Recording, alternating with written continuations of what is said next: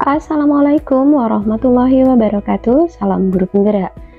Bergerak, bergerak, menggerakkan. Perkenalkan, saya Mami Sriningsih dari SDN Kedung Dalem 2, calon guru penggerak angkatan 9 Kabupaten Probolinggo. Di sini saya akan melakukan pemaparan aksi nyata modul 1.4, yaitu diseminasi budaya positif. Di sini saya akan melakukan pemaparan penerapan pemahaman budaya positif. Berikut adalah fasilitator saya Ibu Murianti dan pengajar praktik Ibu Yunita Sri Sulistioningsi. Berikut ini rancangan tindakan aksi nyata saya pada modul 1.4. Yang pertama adalah latar belakang. Nah, tujuan pendidikan menurut Ki Hajar Dewantara adalah menuntun segala kodrat yang ada pada anak-anak agar mereka dapat mencapai kebahagiaan setinggi-tingginya, baik sebagai manusia maupun sebagai anggota masyarakat. Dalam hal ini, menuntun tersebut, guru berpijak pada nilai dan peran guru sebagai pemimpin pembelajaran di kelas, menghantarkan peserta didik pada nilai-nilai profil pelajar Pancasila melalui pembiasaan. Hal ini dapat dilakukan melalui budaya positif di kelas dengan membimbing peserta didik menemukan serta menerapkan keyakinan kelas yang telah mereka sepakati sebagai wujud perubahan ke hal yang lebih baik untuk menjadi orang yang mereka inginkan dan menghargai diri sendiri dengan nilai-nilai yang mereka percaya. Ketika murid-murid kita memiliki motivasi tersebut, mereka telah memiliki motivasi intrinsik yang berdampak jangka panjang, motivasi yang tidak akan terpengaruh pada adanya hukuman atau hadiah. Mereka akan tetap berperilaku baik dan berlandaskan nilai-nilai kebajikan karena mereka ingin menjadi orang yang menjunjung tinggi nilai-nilai yang mereka hargai atau mencapai suatu tujuan mulia. Tujuannya, yang pertama, mewujudkan merdeka belajar pada peserta didik dengan memberikan kebebasan untuk mengemukakan pendapat mengenai keyakinan-keyakinan kelas, apa saja yang mereka inginkan, dan menuangkan ide, pendapat, dan gagasan mereka secara terbuka dan demokratis. Yang kedua, mewujudkan disiplin positif peserta didik yang kemudian menjadi budaya positif, di mana peserta didik menjalankan keyakinan kelas yang disepakati bersama dengan kesadaran diri dan tanpa tekanan. Yang ketiga, membentuk karakter positif pada peserta didik melalui kebiasaan-kebiasaan positif, perilaku positif, dan keteladanan dari semua warga sekolah seperti guru dan murid. Keempat, menumbuhkan motivasi intrinsik peserta didik terhadap pemahaman nilai-nilai kebajikan. Tolok ukur yang saya buat, terlaksananya diseminasi konsep inti budaya positif di sekolah, terciptanya merdeka belajar pada peserta didik dengan bebas mengemukakan pendapat untuk keyakinan-keyakinan yang ingin mereka sepakati, terbentuknya keyakinan kelas melalui kegiatan kesepakatan kelas yang dilakukan bersama wali kelas dan murid. Murid dan guru konsisten dalam menjalankan keyakinan kelas yang sudah disepakati tanpa tekanan. Terlaksananya penyelesaian masalah siswa menggunakan segitiga restitusi, dan kemudian terjalin komunikasi aktif antara guru dan peserta didik. Selanjutnya adalah lini masa. Nah, di sini kita mendiskusikan mengenai rencana kesepakatan kelas dengan kepala sekolah dan guru, menyusun rencana pembuatan kesepakatan kelas, mendesain kesepakatan kelas untuk dicetak, pencetakan poster keyakinan kelas, membimbing guru untuk membuat kesepakatan kelas yang sudah pernah dipraktikkan di kelas, menanam dan menumbuhkan kebiasaan dalam aksi nyata menjadi pembiasaan budaya positif di lingkungan kelas dan sekolah, mengevaluasi pelaksanaan tindakan kelas, dan melakukan refleksi tindakan perbaikan. Dukungan yang dibutuhkan antara lain fasilitas pendanaan bahan dan alat, seperti laptop, poster, banner, alat tulis, dan lain-lain. Yang kedua, dukungan kepada sekolah dengan berdiskusi untuk meminta izin melaksanakan dan mempersiapkan kegiatan aksi nyata di kelas, dan juga pada rekan-rekan guru, serta mensosialisasikan kepada rekan guru yang lain dan meminta dukungan untuk dapat melaksanakan aksi nyata ini. Ketiga, dukungan dari seluruh warga sekolah termasuk pemangku kepentingan. Keempat, dukungan dari orang tua murid dan meminta izin serta mensosialisasikan tentang aksi nyata keyakinan kelas yang akan saya lakukan. Berikut ini adalah pelaksanaan aksi nyata modul 1.4 diseminasi budaya positif. Assalamualaikum warahmatullahi wabarakatuh. Kepada yang terhormat Ibu Kepala Sekolah SD Negeri Kedung Daun 2, yang saya hormati rekan-rekan sejawat SD Negeri Kedung Daun 2, hari ini kami Ibu Mati Matanisih dan juga rekan saya Ibu Mami Sriningsih akan melakukan diseminasi aksi nyata modul 1.4 yaitu budaya positif. Marilah sejenak kita panjatkan puji syukur kehadirat Allah Subhanahu wa taala, Tuhan Yang Maha Esa, karena pada saat ini kita dapat berkumpul bersama. Shalawat serta salam tidak lupa juga kita tujukan kepada Nabi besar Muhammad SAW agar barokahnya selalu tercurah kepada kita semua. Acara pertama yaitu pembukaan. Agar acara ini dapat berjalan dengan baik, maka kita awali dengan bacaan basmalah. Bismillahirrahmanirrahim. Acara berikutnya yaitu sambutan yang akan dibawakan oleh Ibu Kepala Sekolah kita, yaitu Ibu Endang Purwaningsih SPD. Kepada Ibu Endang, disilahkan. Yes. Assalamualaikum warahmatullahi wabarakatuh. Waalaikumsalam warahmatullahi wabarakatuh. Bapak Ibu, guru SD Kedung Daun 2 yang saya hormati, syukur alhamdulillah kita panjatkan puji kepada Allah Subhanahu wa taala atas segala nikmat dan karunia-Nya kepada kita semuanya, yang alhamdulillah pada siang hari ini kita masih diberikan kesehatan oleh-Nya. Yang kedua, semoga salawat dan salam tetap tercurahkan kepada junjungan kita Nabi besar Muhammad SAW. Bapak Ibu yang saya hormati, terima kasih atas kehadirannya di ruang ini kembali. Semoga senantiasa keberkahan, hidayah, ilmu yang manfaat selalu dilimpahkan oleh-Nya kepada kita semuanya.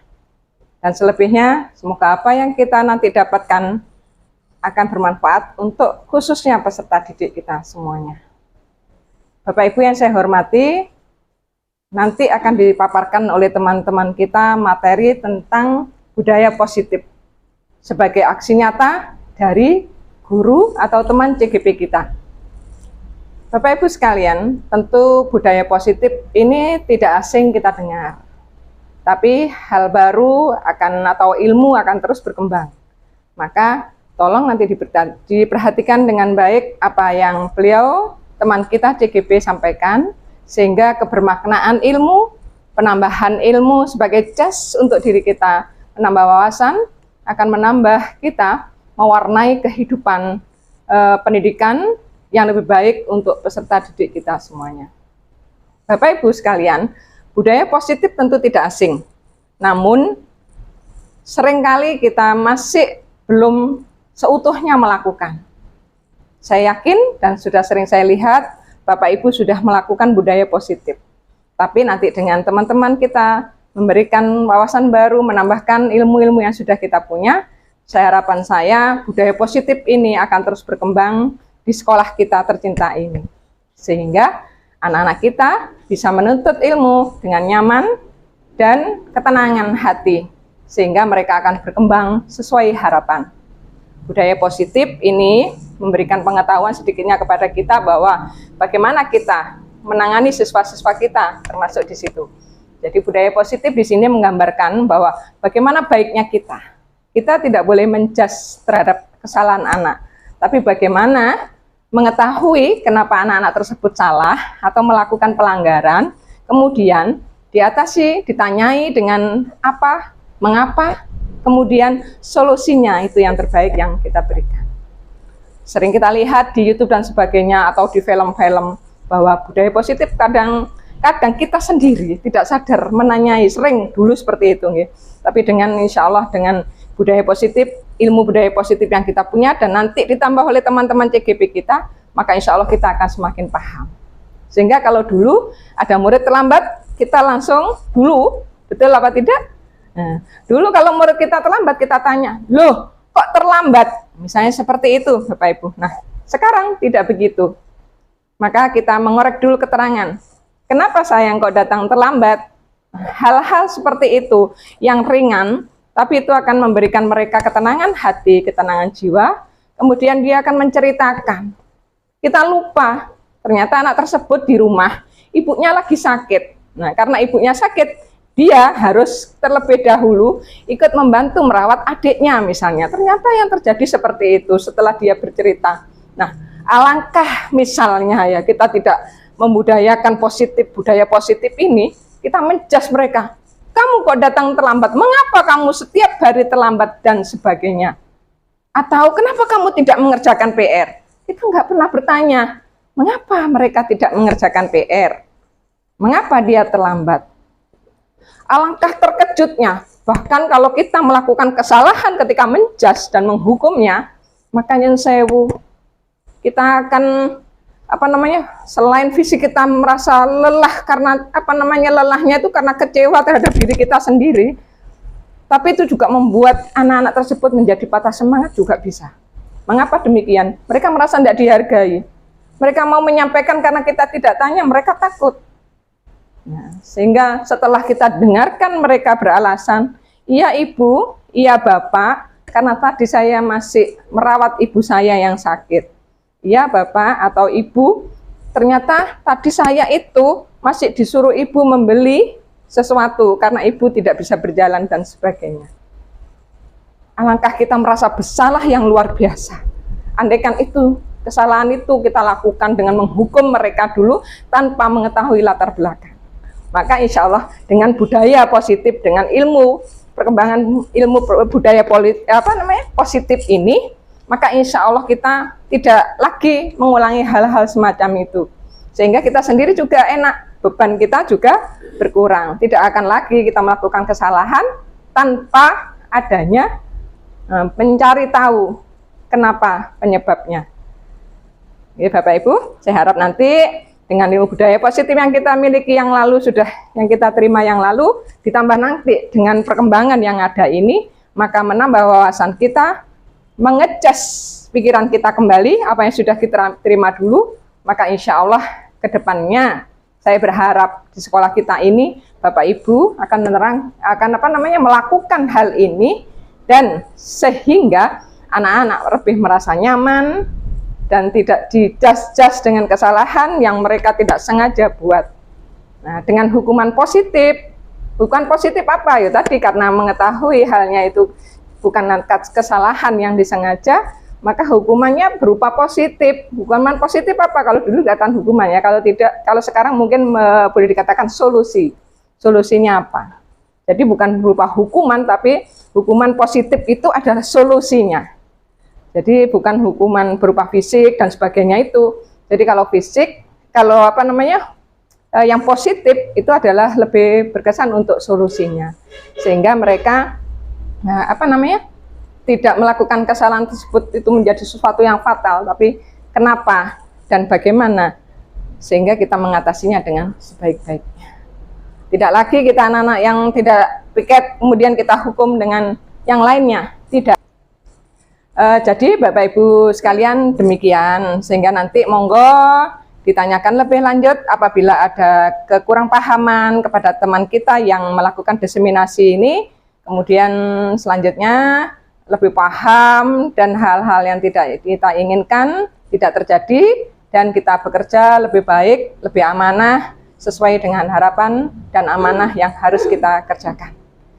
Demikian saja harapan dari saya. Semoga Bapak Ibu semua bisa melakukannya dengan sebaik-baiknya. Apapun itu niat kita karena Allah kita lakukan, maka insya Allah membersamai peserta didik kita adalah sesuatu yang luar biasa buat kita. Setuju? Setuju. Semangat? Semangat. Oke, kalau demikian saya akhiri. Wabillahi taufiq wal hidayah. Assalamualaikum warahmatullahi wabarakatuh. Waalaikumsalam warahmatullahi wabarakatuh. Assalamualaikum warahmatullahi wabarakatuh. Waalaikumsalam warahmatullahi wabarakatuh. Yang terhormat Ibu Kepala Sekolah SDN Gedung Dalem 2, Ibu Endang Purwaningsi SPD, serta rekan-rekan guru SDN Gedung Dalem 2 beserta tenaga kependidikan SDN Gedung Dalem 2. Pertama-tama marilah kita panjatkan puji syukur kehadirat Allah Subhanahu wa taala yang mana pada pagi hari ini kita dapat berkumpul di sini dalam keadaan sehat walafiat. Tak lupa sholawat serta salam tetap tercurahkan kepada junjungan kita Nabi besar Muhammad Shallallahu Alaihi Wasallam. Semoga syafaat selalu kita dapatkan, kita terima sampai di yaumul kiamah. Amin. Pertama, saya akan melakukan diseminasi budaya positif. Di sini merupakan tugas dari aksi nyata saya dari modul 1.4, yaitu calon guru penggerak angkatan 9 Kabupaten Probolinggo, di mana pada modul 1 ini terdapat 4 submodul dari modul 1.1 sampai 1.4. Di sini tugas saya adalah melakukan diseminasi budaya positif, di mana melakukan penyebaran, pemahaman, dan penerapan budaya positif di SDN Gedung Dalem 2. Pertama, saya ucapkan terima kasih kepada Bapak Ibu semua yang sudah meluangkan waktunya untuk hadir di dalam acara diseminasi ini. Nah, para guru hebat, selamat datang. Terima kasih, mari belajar bersama, berkolaborasi, saling mendukung demi mewujudkan disiplin positif di sekolah kita tercinta, SDN Gedung Dalem 2. Nah, di sini saya akan menyebarkan pemahaman dan pengalaman penerapan budaya positif.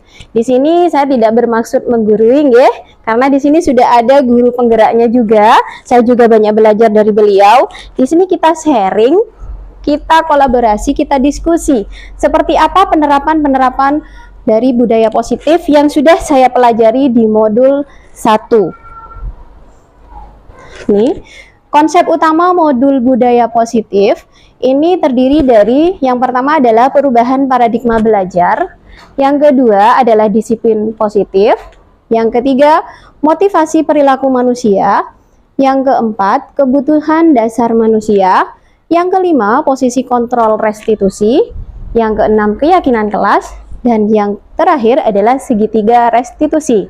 Nah, ini kita bahas nanti satu persatu di acara selanjutnya. Yang pertama adalah pembelajaran dengan paradigma baru. Apa itu pembelajaran dengan paradigma baru? Nah, di sini pembelajaran dengan paradigma baru ini dirancang menggunakan prinsip pembelajaran yang terdiferensiasi, sehingga setiap siswa belajar sesuai dengan kebutuhan dari tahap perkembangannya untuk mewujudkan profil pelajar Pancasila. Nah, biasanya kita kan selama ini pembelajarannya secara klasikal. Secara klasikal di sini kita biasanya menyamaratakan siswa itu minat, bakat, dan kemampuannya sama, di pembelajarannya sama, kemudian tugas-tugasnya sama. Nah, menggunakan diferensiasi ini kita pembelajarannya itu sesuai dengan minat dan gaya belajar siswa, karena dengan keunikan mereka kita dapat mengetahui minat-minatnya dan gaya belajarnya. Ada yang kinestetik, ada yang auditory, ada yang visual. Nah, mereka itu memiliki 3 gaya belajar yang berbeda tiap anak. Jadi, sebelum pembelajaran, kita harus melakukan tes diagnostik awal. Jadi, mengetahui gaya belajar anak itu yang mana. Nanti bisa kita kelompokkan, mana yang termasuk auditory, kita kelompokkan jadi 1. Kemudian yang visual, kita kelompokkan menjadi 1. Yang kinestetik, kita kelompokkan jadi 1. Untuk apa gaya belajar itu? Nah, untuk apa? Untuk mewujudkan profil pelajar Pancasila. Seperti apa profil pelajar Pancasila? Bapak Ibu tentunya sudah hafal dengan profil pelajar Pancasila, terdapat 6 dimensi. Di situ ada apa saja? Yang pertama, ya, gotong royong, mandiri.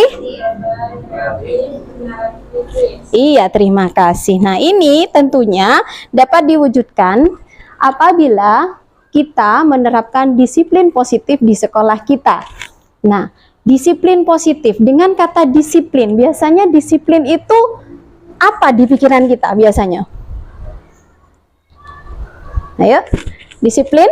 Biasanya disiplin itu cenderung pada tata tertib, aturan, ya, menaati aturan. Contohnya lagi datang tepat waktu, ya, disiplin waktu. Nah, sebenarnya disiplin positif itu adalah di budaya kita dimaknai menjadi sesuatu yang dilakukan seseorang pada orang lain untuk mendapatkan kepatuhan. Nah, kita cenderung menghubungkan kata disiplin dengan ketidaknyamanan. Nah, hubungannya dengan aturan kan? Aturan itu memaksa. Itu sebenarnya sudah membuat kita tidak nyaman ya. Kita dipaksa seperti ini, kita harus seperti ini ya.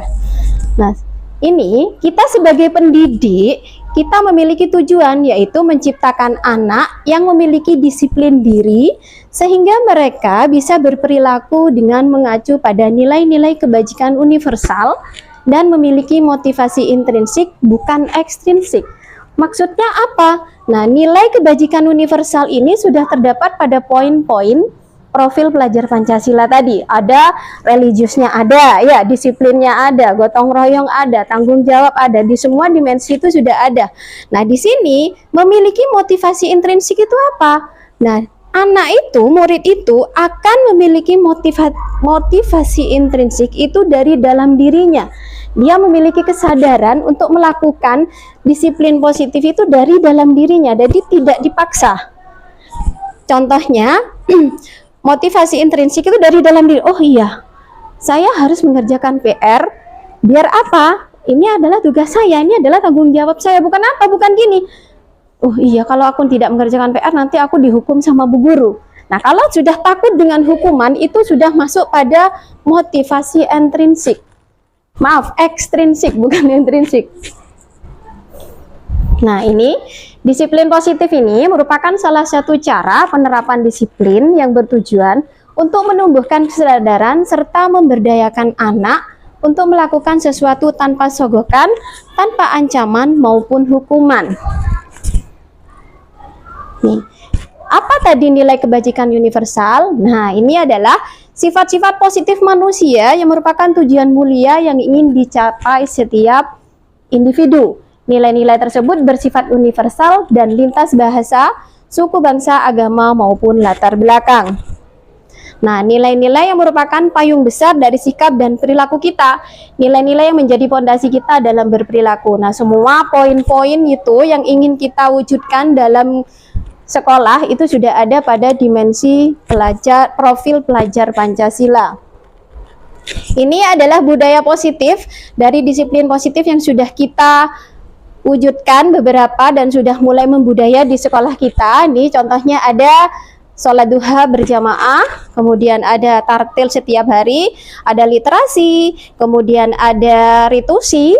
Setiap hari Sabtu kita mengadakan bersih-bersih sekolah bersama, kemudian ini pembiasaan salam sebelum masuk kelas, dan juga setiap pagi Bapak Ibu Guru menyambut anak murid kita di depan gerbang mereka waktu datang sekolah. Nah, selanjutnya, setiap perilaku manusia, setiap perilaku murid kita itu berdasarkan pada kebutuhan dasarnya. Kebutuhan dasar manusia itu terdiri dari bertahan hidup, kasih sayang dan rasa diterima, penguasaan, kebebasan, kesenangan. Nah, ini adalah penjelasannya. Bertahan hidup ini biasanya cenderung kepada keselamatan, keamanan, kesehatan, memiliki keturunan, dan juga seperti kebutuhan makan. Nah, kemudian cinta, kasih, atau diterima di sini adalah hubungan baik, baik itu hubungan dengan keluarga, dengan orang tua, kemudian atau dengan anggota kelompok dan di sekolah itu. Selanjutnya adalah kesenangan. Kesenangan di sini adalah hiburan, kegembiraan, tawa, belajar. Kemudian ada penguasaan, di sini adalah kontrol, prestasi, kompetensi, pengaruh. Selanjutnya adalah kebebasan, kemerdekaan, mobilitas, pilihan, dan kreativitas. Nah, ini ya, semua perilaku memiliki tujuan memenuhi kebutuhan dasar manusia. Kita pernah melihat murid kita, ada yang usil di kelas, misalkan melempar kertas ke temannya. Setelah ditanya, kenapa nak? Seru, Bu, senang. Berarti dia kebutuhan apa yang belum dia dapat, sehingga dia mencari kesenangan dengan seperti itu. Kebutuhan apa? Dia merasa senang kan, menggoda temannya. Berarti kebutuhan kesenangan dia belum terpenuhi. Jadi sebagai guru kita harus peka kebutuhan apa yang harus didapat murid. Ya. Nah, contoh lagi, misalkan mereka terlambat sekolah.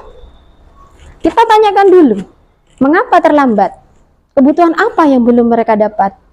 Kebutuhan apa? Masuk ke dalam bertahan hidupnya. Dia apa? Kurang tidur, ya kan? Berarti anak itu ada sesuatu kebutuhan yang belum didapatkan dia, sehingga dia melakukan perilaku yang mungkin mereka secara sadar atau tidak sudah melanggar dari aturan-aturan dan keyakinan yang ada di sekolah. Nah, jadi kita guru harus peka. Jadi anak ini kenapa ya kok melakukan ini? Senang Bu, saya Bu kalau menggoda teman saya. Nah, berarti dia kebutuhan kesenangannya belum didapatkan. Nah, ini semua yang kita lakukan adalah usaha terbaik kita untuk mendapatkan apa yang kita inginkan. Ketika seorang murid melakukan suatu perbuatan yang bertentangan dengan nilai-nilai kebajikan atau melanggar peraturan, sebenarnya dikarenakan mereka gagal memenuhi kebutuhan dasar mereka seperti tadi itu ya. Nah, ini perilaku manusia itu ada 3 tahapan motivasi. Yang pertama, ini motivasi itu sendiri adalah dorongan yang timbul pada diri seseorang secara sadar atau tidak sadar untuk melakukan suatu tindakan dengan tujuan tertentu. Motivasi ini ada 3. Yang pertama adalah menghindari ketidaknyamanan dan hukuman. Nah, tadi di awal sudah saya jelaskan. Yang kedua, mendapatkan imbalan atau penghargaan dari orang lain. Yang ketiga, menghargai nilai-nilai kebajikan diri sendiri. Nah, kita perhatikan menghindari ketidaknyamanan dan hukuman. Mereka melakukan suatu disiplin positif. Yang pertama, motivasinya apa? Oh, saya biar tidak dihukum. Nah, ini murid melakukan disiplin diri karena ia takut dihukum. Ini adalah merupakan motivasi ekstrinsik dari luar, ya. Ayo piket, kalau tidak piket dimarahi bu guru. Nah, itu bukan dari dalam diri, sudah itu masuk motivasi ekstrinsik. Selanjutnya, dia melakukan disiplin positif karena ingin mendapatkan penghargaan, ingin mendapatkan imbalan. Nah, di sini ya, karena ingin mendapatkan imbalan, ini merupakan juga motivasi ekstrinsik, bukan dari dalam dirinya. Jadi dia bukan mengalami kesadaran dirinya untuk melakukan disiplin positif, enggak. Oh, aku harus gini. Nanti apa ya? Nanti aku dapat hadiah dari bu guru. Nah, ini hadiah ini sebenarnya baik, tapi hanya untuk jangka pendek. Jangka panjang ini kurang baik, tidak efektif. Kenapa? Jika hadiah tidak ada, anak itu akan berhenti melakukannya. Ya, seperti itu. Nah, yang kita harapkan adalah motivasi yang ketiga, yaitu menghargai nilai-nilai kebajikan diri sendiri. Nah, ini murid melakukan disiplin diri karena sadar akan nilai kebajikan dirinya. Contohnya, kenapa harus piket? Karena dia sudah punya rasa tanggung jawab, sudah tugasnya. Kemudian apa lagi? Dari kebersihan, itu adalah keyakinan dia. Seperti itu. Nah, ini dari konsep disiplin tadi ternyata ada 2, ada konsep disiplin dengan identitas gagal dan konsep disiplin dengan identitas sukses. Seperti apa yang identitas gagal? Nah, tadi itu hukuman. Hukuman itu menyakitkan, tidak nyaman, murid merasa takut dan merasa terpaksa. Nah, kemudian murid kadang berbohong. Dia tidak terbuka ya. Kemudian murid menjadi rendah diri. Itu adalah dari efek dari atau dampak dari hukuman. Penghargaan. Nah, tadi sudah saya jelaskan di awal, penghargaan itu tidak efektif, merusak hubungan. Kenapa? Loh, itu kok itu terus ya yang dapat hadiah, aku enggak. Nah, menimbulkan iri ya. Kemudian mematikan kreativitas. Mengapa? Karena anak itu kalau mendapatkan penghargaan, paling ya iku manes yang dapat penghargaan dari bu guru, aku nggak kira, kan gitu ya. Jadi mereka itu sudah tidak bisa mengembangkan potensinya, tertahan di situ. Kemudian menghukum dengan sistem ranking. Sebenarnya ranking itu sudah tidak ada kan, di rapot sudah sekarang tidak ada seperti itu. Karena apa efeknya seperti ini? Itu adalah identitas gagal dari disiplin positif tadi. Kemudian merampas hak menghargai dirinya. Karena terpaksa dilakukan karena ingin imbalan atau penghargaan. Nah, ini yang selanjutnya adalah restitusi. Nah, ini adalah identitas sukses. Apa itu? Nah, di sini dengan restitusi, murid bertanggung jawab untuk perilakunya, fokus pada pemecahan masalah panjang, murid mengerti dirinya dan orang lain, kemudian memiliki teori kontrol, dirinya memegang kontrol sendiri ya, bukan orang lain yang mengontrol dirinya. Kemudian murid bersemangat memperbaiki kesalahan. Nah, di sini itu restitusi yang harus kita lakukan. Apa bedanya dengan konsekuensi? Konsekuensi itu penguatan jangka pendek. Seperti apa konsekuensi? Contoh, misalkan ada murid menumpahkan botol airnya. Konsekuensinya apa dia? Harus membersihkan kan? Ya, itu bukan hukuman, itu konsekuensi apa yang harus dilakukan dia setelah mereka melakukan perbuatan itu. Nah, di sini perlu memonitoring berkelanjutan. Ini konsekuensi. Kemudian murid menghormati peraturan. Selanjutnya kehilangan waktu merenungi kesalahan dengan konsekuensi. Misalkan anak terlambat, ya. Kemudian anak terlambat, kita panggil langsung. Padahal kalau terlambat jangan langsung dipanggil. Padahal anak itu punya untuk belajar. Nah, seperti itu. Bisa kan restitusinya. Nanti sih ada di belakang lebih jelas. Selanjutnya, kita memiliki 5 posisi kontrol yang harus kita pahami dan kita pelajari. Seperti apa posisi kontrol kita pada murid kita di sekolah. Yang pertama adalah menghukum, yang kedua adalah membuat rasa bersalah, yang ketiga adalah teman, yang keempat adalah pemantau, yang kelima adalah manajer. Nah, kita sebagai guru kebanyakan ada di nomor berapa posisi kita? 5. Bagus sekali kalau sudah ada di posisi nomor 5 ya. Kebanyakan kita dulu 1 sebagai penghukum. Seperti apa sih posisinya? Nah, ini adalah yang pertama penghukum. Nah, seorang penghukum itu bisa menggunakan hukuman fisik maupun verbal. Kalau zaman dulu saya masih sekolah itu masih dipukul pakai penggaris ya. Nah, kalau sekarang sudah tidak ada lagi. Kalau hukuman verbal, kamu ini selalu buat salah, itu adalah hukuman verbal. Nah, di sini pada posisi ini mengatakan bahwa sekolah memerlukan sistem atau alat yang dapat lebih menekan murid-murid lebih dalam lagi. Nah, di sini guru-guru yang menerapkan posisi penghukum akan selalu berkata, nah tadi tuh, kamu ini selalu saja salah. Selalu, pasti selalu yang terakhir selesai. Itu adalah kalimat penghukum. Nah, kalau bisa dihindari ya. Nah, di sini ciri-cirinya apa?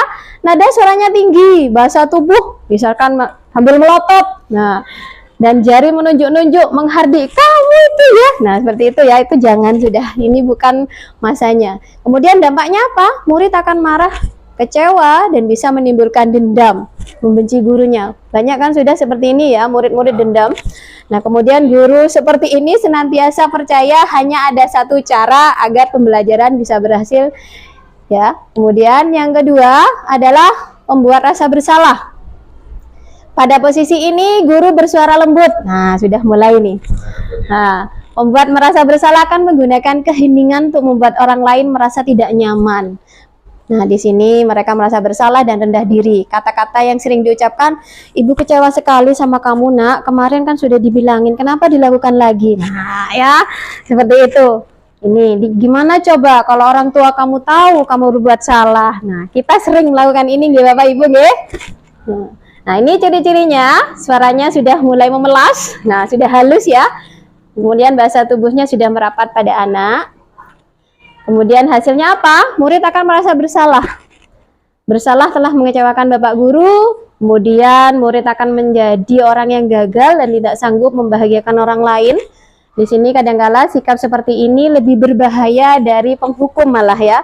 Kenapa? Karena beban mental dia, ya. Nah, di sini tidak seperti posisi penghukum di mana anak bisa menumpahkan amarahnya. Mereka terdiam, hanya bisa merenungi. Nah, murid tertekan. Inilah yang tiba-tiba meletus amarahnya sehingga mereka melakukan hal-hal yang tidak kita inginkan. Nah, ini yang ketiga adalah posisi teman. Nah, ini kita sudah berteman dengan murid kita ya.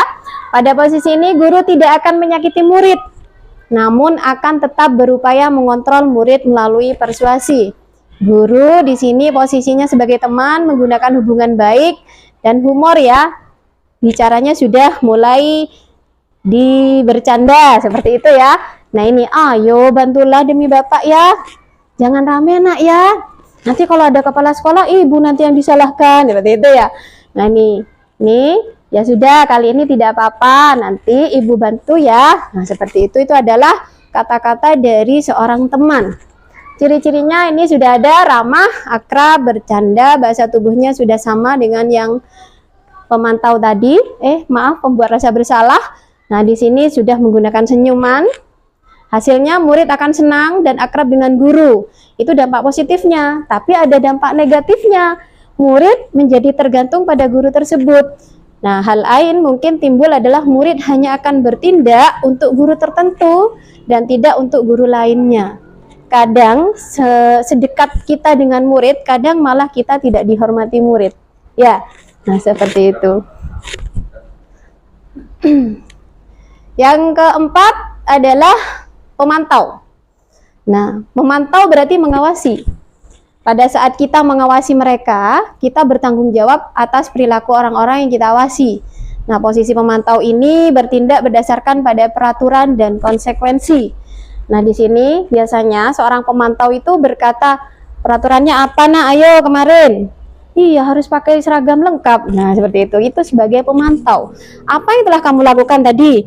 Iya Pak, saya tadi memecahkan lampu Pak, memecahkan kaca. Nah, sanksi atau konsekuensinya apa? Itu ditanyakan. Itu adalah pemantau. Ini sudah mulai lebih baik lagi.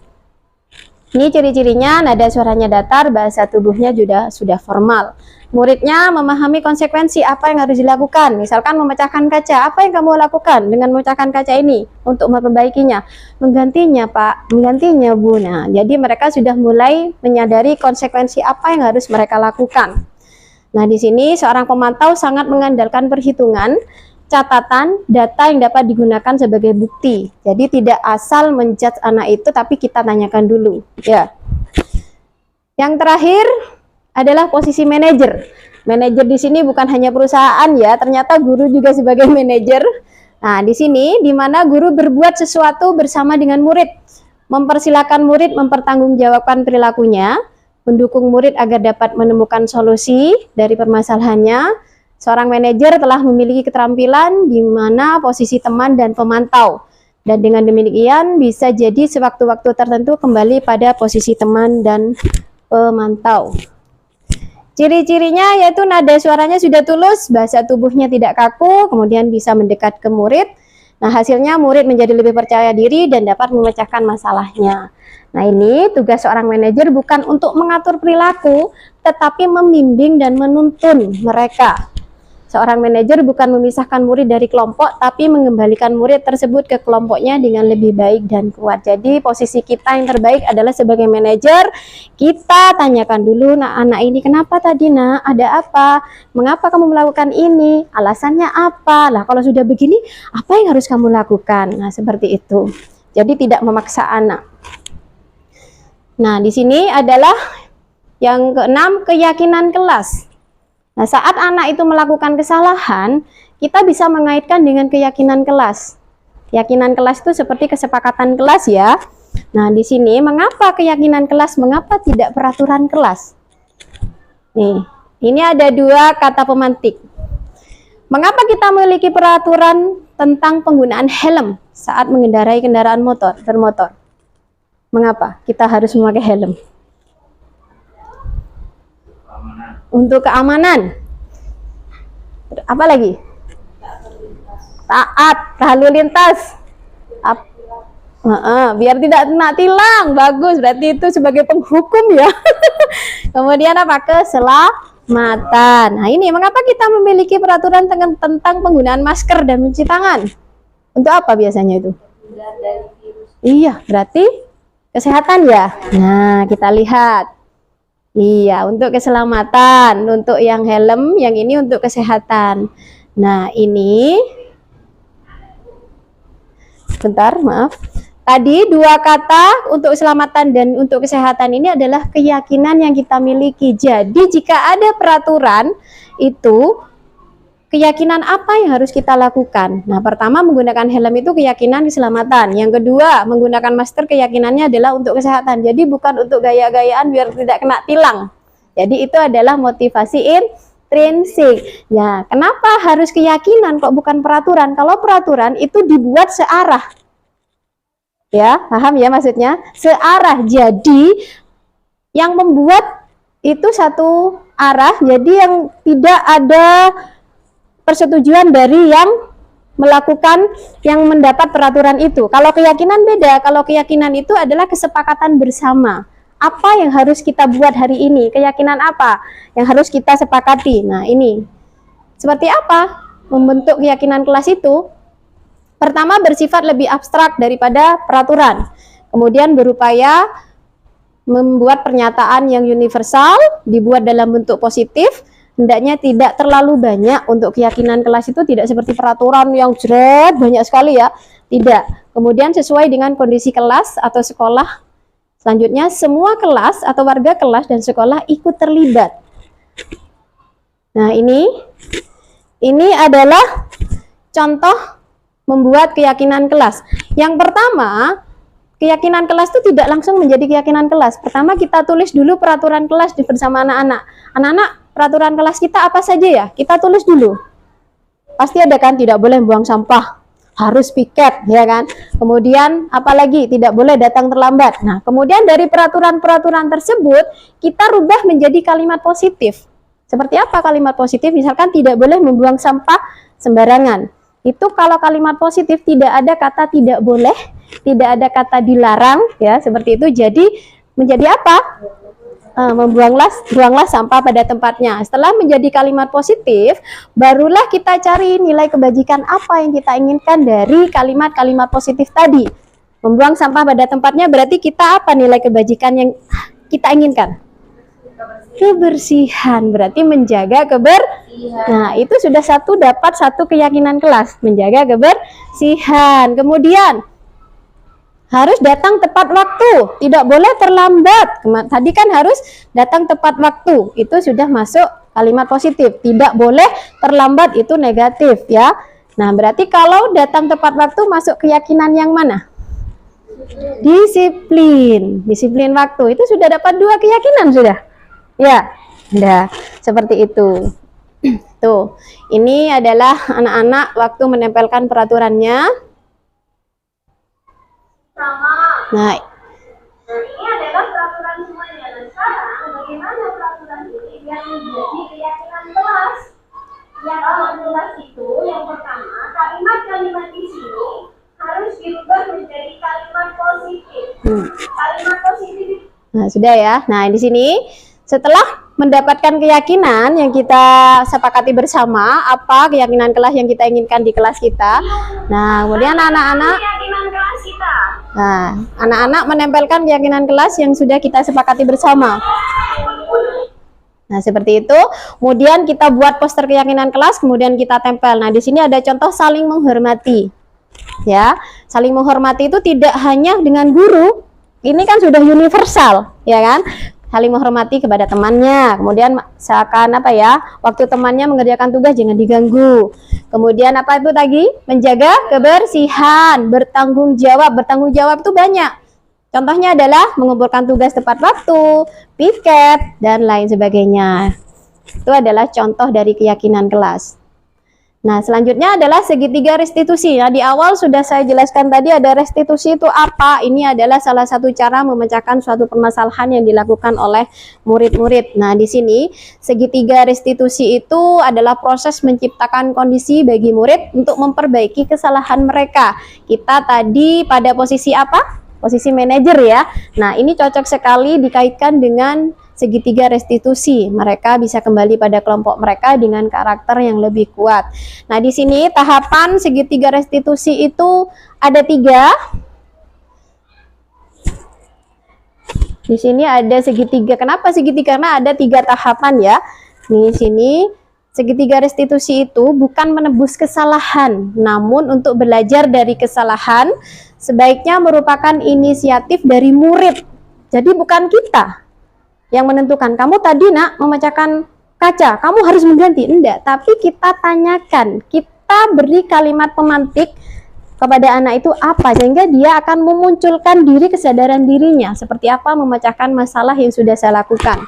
Nah, di sini adalah proses refleksi dan pemulihan, kemudian memberikan tawaran bukan paksaan. Nah, di sini tadi menciptakan kondisi yang membuat murid bersedia menyelesaikan masalah dan berbuat lebih baik lagi dengan berkata tidak apa-apa kok, berbuat salah itu manusiawi.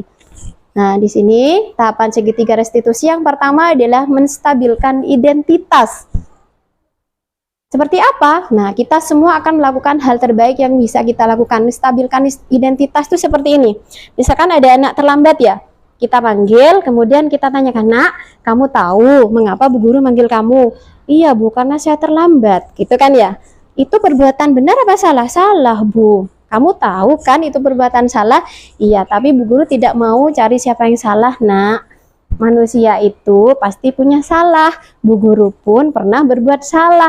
Ya, jadi kita stabilkan dulu identitas dia, karena dia melakukan kesalahan itu karena dia sudah gagal kan sebenarnya. Jadi dengan keadaan emosinya kita stabilkan dulu identitasnya. Kemudian yang kedua adalah validasi tindakan yang salah. Semua perilaku memiliki alasan. Nah, kita lanjutkan. "Nak, tadi kamu terlambat. Pasti ada alasannya ya. Kenapa terlambat?" Seperti itu. Jadi ditanyakan. Kita tanyakan dulu, kemudian kita beri kalimat pemantik. Jadi dia bisa menceritakan apa yang terjadi sehingga dia jadi terlambat. Yang ketiga adalah keyakinan. Yang tadi kita buat kesepakatan atau keyakinan kelas. Kita tanyakan, "Nak, kalau tadi kamu terlambat, kira-kira kamu sudah melanggar keyakinan yang mana?" Disiplin waktu, kan seperti itu kan ya. Nah, kalau sudah tahu kalau kamu sudah melanggar keyakinan kelas disiplinnya, apa yang harus kamu lakukan, Nak, untuk memperbaiki kesalahannya? Nah, mereka akan mencari solusi. "Oh iya Bu, saya kan terlambat di malam ini, tidak lalu malam." Terus untuk mengatasinya biar tidak terlambat bagaimana? Nah, kita lakukan tanya jawab, sharing seperti itu. Jadi bukan yang memaksa anak begini, enggak, tapi sendiri yang menemukan solusinya. Nah, di situ saya akan lebih awal Ibu, saya tidak akan main HP terlalu malam lagi. Nah, seperti itu ya. Nah, ini adalah penerapan segitiga restitusi yang sudah saya akan di kelas.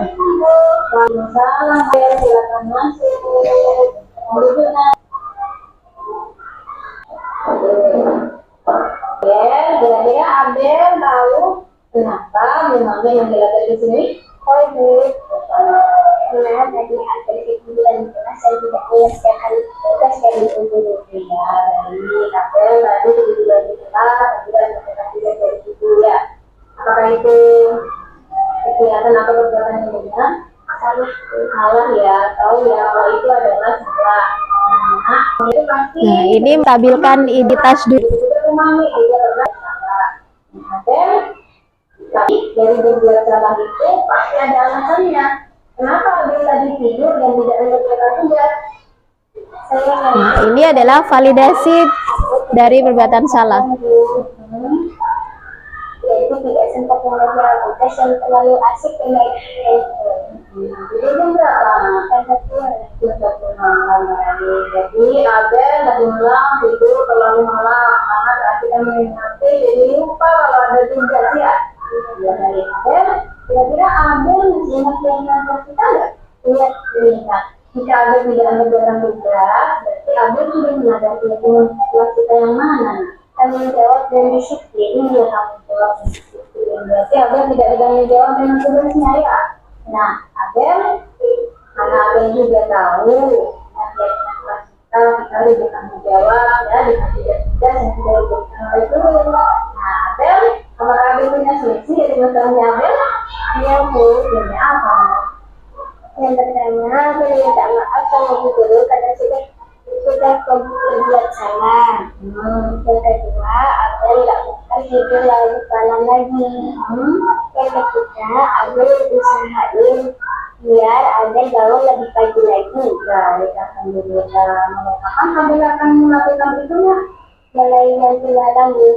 Mulai nanti malam, Abel bisa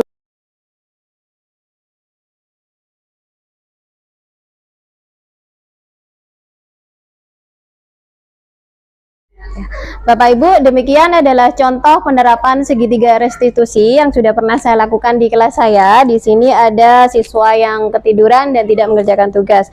Nah, setelah melakukan penerapan segitiga restitusi dari permasalahan yang dilakukan, kita tanyakan pada siswa umpan balik seperti apa yang mereka sampaikan, perasaan bagaimana setelah kita lakukan segitiga restitusi. Nah, di sini adalah umpan balik dari murid saya setelah dilakukan segitiga restitusi. Assalamualaikum warahmatullahi wabarakatuh. Perkenalkan, nama saya Asa Abel, salah satunya dari Fakultas Saya dari kelas 4A. Saya ingin mengucapkan terima kasih kepada Bu Mami yang telah mengajak saya berdiskusi dan untuk mencari solusi atas perbuatan yang saya lakukan. Saya akan berjanji tidak melakukan kesalahan tersebut dan tidak mengulanginya. Walaupun saya salah, tetapi Bu Mami tidak marah. Malahan Bu Mami menasihati saya sehingga saya sadar atas perbuatan tersebut. Di sini saya berjanji kepada Bu Mami agar tidak melakukan kesalahan tersebut. Terima kasih Bu Mami. Wassalamualaikum warahmatullahi wabarakatuh. Nah, itu adalah umpan balik yang diberikan oleh siswa saya setelah dilakukan dalam segitiga restitusi penyelesaian masalah yang telah dilakukan. Nah, Bapak Ibu, sudah sampai pada penghujung diseminasi penyebaran penerapan budaya positif ini yang sudah saya lakukan. Semoga kedepannya dalam penerapan program disiplin positif ini hendaknya guru memiliki standar kepribadian, profesional, dan sosial yang baik, di mana guru mampu berefleksi pada posisi kontrolnya saat ini, bagaimana perjalanan dirinya sebagai seorang among, yaitu pada posisi manajer yang menuntun murid menjadi insan yang bertanggung jawab sesuai dengan standar nasional pendidikan. Nah, Bapak Ibu, semoga sesi belajar kita hari ini membawa manfaat sehingga dapat mewujudkan pelajar berprofil Pancasila. Salam merdeka belajar. Mohon maaf apabila dalam penyampaian ada kata yang kurang berkenan dan masih ada kesalahan. Saya akhiri, wabillahi taufik wal hidayah. Wassalamualaikum warahmatullahi wabarakatuh.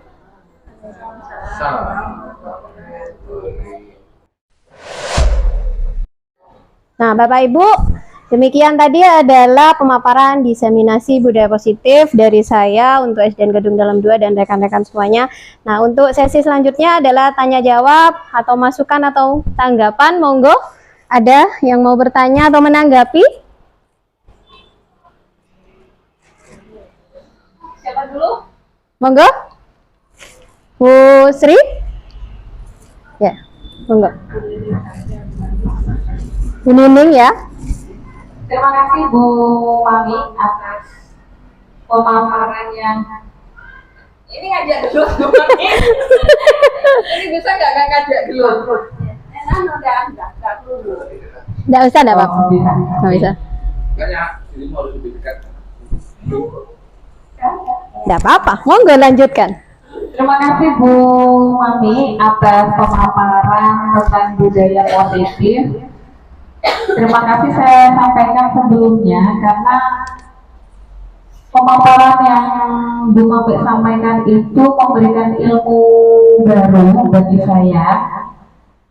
Walaupun saya juga sama-sama calon guru penggerak, tapi ini adalah juga tambahan ilmu bagi saya terkait dengan posisi kontrol restitusi yang selama ini masih belum budaya. Artinya Bapak Ibu guru saya yakin masih sering menggunakan posisi sebagai penggembung dan juga pemantau. Tapi dengan adanya diseminasi budaya positif yang jangan lakukan, tentu membuka pikiran Bapak Ibu guru untuk mencapai posisi kontrol sebagai manajer, di mana posisi itu sangat direkomendasikan. Ternyata kita diharapkan menjadi guru yang memang benar-benar memfasilitasi dan juga menuntut, bukan menjadi penuntut. Ini ilmu baru dan semoga tidak hanya saya, tetapi saya yakin Bapak Ibu guru juga di SDN Negeri Gedung Dalam 2 akan melakukan hal yang sama untuk memperbaiki diri, bagaimana melayani peserta didik kita untuk menjadi lebih baik. Rasa itu, dan sekali lagi saya ucapkan terima kasih kepada Bu Mami. Terima kasih kembali Bu Nining. Luar biasa sekali, tepuk tangan dari tanggapan Bu Nining ya. Ya benar sekali Bapak Ibu, kita dalam posisi kontrol dalam segitiga restitusi hendaknya kita menerapkan sebagai manajer. Nah, selanjutnya mungkin ada pertanyaan? Ya, silakan Bu Anjar. Terkait penerapan segitiga restitusi ini, bagaimana jika ada murid yang melakukan pelanggaran tapi di luar keyakinan kelas? Ya, terima kasih Bu Anjar. Baik, terima kasih Bu Anjar atas pertanyaannya tadi. Bagaimana jika ada murid yang melakukan pelanggaran tapi di luar keyakinan kelas kita? Nah, kita sebagai pendidik itu adalah sebagai among atau menuntun siswa kita, murid-murid kita, bukan menuntut mereka, bukan memaksa mereka. Nah, kita tetap lakukan restitusi walaupun tidak menanyakan keyakinan kelas, tapi kita kaitkan dengan nilai-nilai kebajikan universal kita. Nah, seperti tadi, kebaikan apa sih yang sudah dilakukan itu? Apakah sudah sesuai dengan kebaikan yang kita inginkan di kelas? Misalkan seperti itu, nggak ada di keyakinan kelas kita, misalkan seperti itu ya. Contohnya misalkan ada temannya yang jatuh, bukannya dibantu tapi malah diolok-olok, "Huru, kon enak," kan gitu ya biasanya anak-anak.